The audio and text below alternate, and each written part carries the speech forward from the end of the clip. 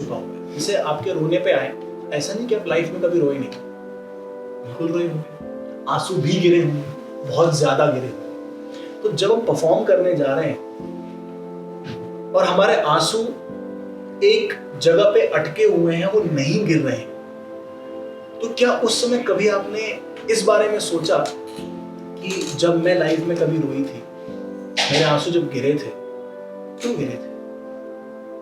उधर गिर गए, इधर नहीं गिर पा रहे। सिचुएशन तो वो भी थी, सिचुएशन तो ये भी थी। दो प्रकार की चीजें आती हैं यहाँ पे। एक हमारा मेंटल ब्लॉक आ जाता है कि हम खुद को रोक देते हैं कि नहीं, बस इतना ही काफी है, ज्यादा नहीं कर सकते। इसको बोलते हैं कि हम वल्नरेबल नहीं होना चाह रहे। As an actor we are not open for this thing कि हम इमोशंस को फील करें, हम उन जज्बातों में थोड़ा सा बह जाएं, एटलीस्ट उतना जितना रिक्वायर्ड है, और हम उस चीज को रोक देते हैं। दूसरा आता है सबसे इंपॉर्टेंट एक्टिंग में, जिसको आई थिंक आप भी एग्री करेंगे, दिव्यम आप भी एग्री करेंगे, which is breathing. If as an actor we are not focused about this thing कि हम कैसे ब्रीथ करते हैं अलग अलग सिचुएशंस में, अलग अलग इमोशंस में हमारा किस प्रकार का ब्रीदिंग पैटर्न होता है, और उसी ब्रीदिंग पैटर्न को अगर हम एक्टिंग के दौरान अचीव कर लें फॉर सर्टेन काइंड ऑफ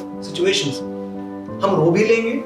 सिर्फ रोना ही नहीं, हमें गुस्सा भी आ जाएगा, हमें डर भी लगेगा, हम हंस भी देंगे। क्योंकि जब कोई सिचुएशन आपके साथ हो रही है सीन करते वक्त, वो आपके साथ नहीं हो रही है, वो आपके कैरेक्टर के साथ हो रही है। तो ऑब्वियस सी बात है, आपके अपने रियल जज्बात तो निकल के सामने आने वाले हैं नहीं। आपको इस प्रकार से फेक करना है कि वो ऑडियंस को फेक ना लगे, उनको रियल लगे। इसके लिए हम रिवर्स इंजीनियरिंग करते हैं। रियल लाइफ में हम कुछ फील करते हैं, हम रो देते हैं, और एक्टिंग के दौरान हम ज्यादा फोकस करते हैं अपनी ब्रीदिंग पे, और एक पर्टिकुलर ब्रीदिंग पैटर्न को अचीव करने का प्रयास करते हैं फॉर दैट पर्टिकुलर इमोशन। जब वो ब्रीदिंग पैटर्न हम अचीव कर लेते हैं, उसके बाद हमें वो certain kind of emotion feel होता है। लेकिन उस ब्रीदिंग तक पहुंचने के लिए डेली ब्रीदिंग का रियाज करना है, डेली अपनी ब्रीदिंग पे काम करना है। पहले आपको ये मालूम होना चाहिए कि भाई मेरी ब्रीदिंग है कैसी, मैं किस प्रकार से इनहेल करती हूँ, मैं किस प्रकार से एक्सहेल करती हूँ। जब मैं रो रही थी बचपन में कभी, या बचपन में जिस भी एज फ्रेम में आप रोए हैं, आप जब रोए हैं तो ब्रीदिंग कैसी थी? सिसकियां आ रही होंगी, हाफ रहे होंगे, सांसें टूट रही होंगी। तो आंसू क्यों बन रहे थे?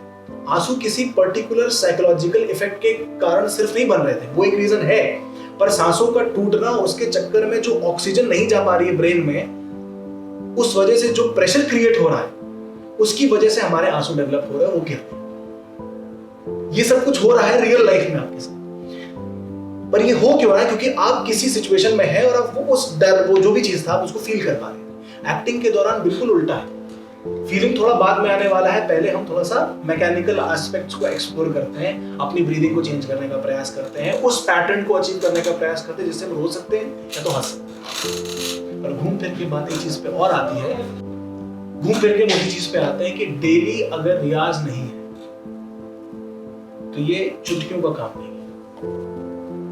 It requires a lot of practice, a lot of practice. It requires focus in that sense कि आप रोज फोकस कर रहे हैं कुछ मिनट, 20, 25, 30 मिनट सिर्फ अपनी ब्रीदिंग पे। पूरे दिन में आप बहुत इमोशंस फील करते हैं।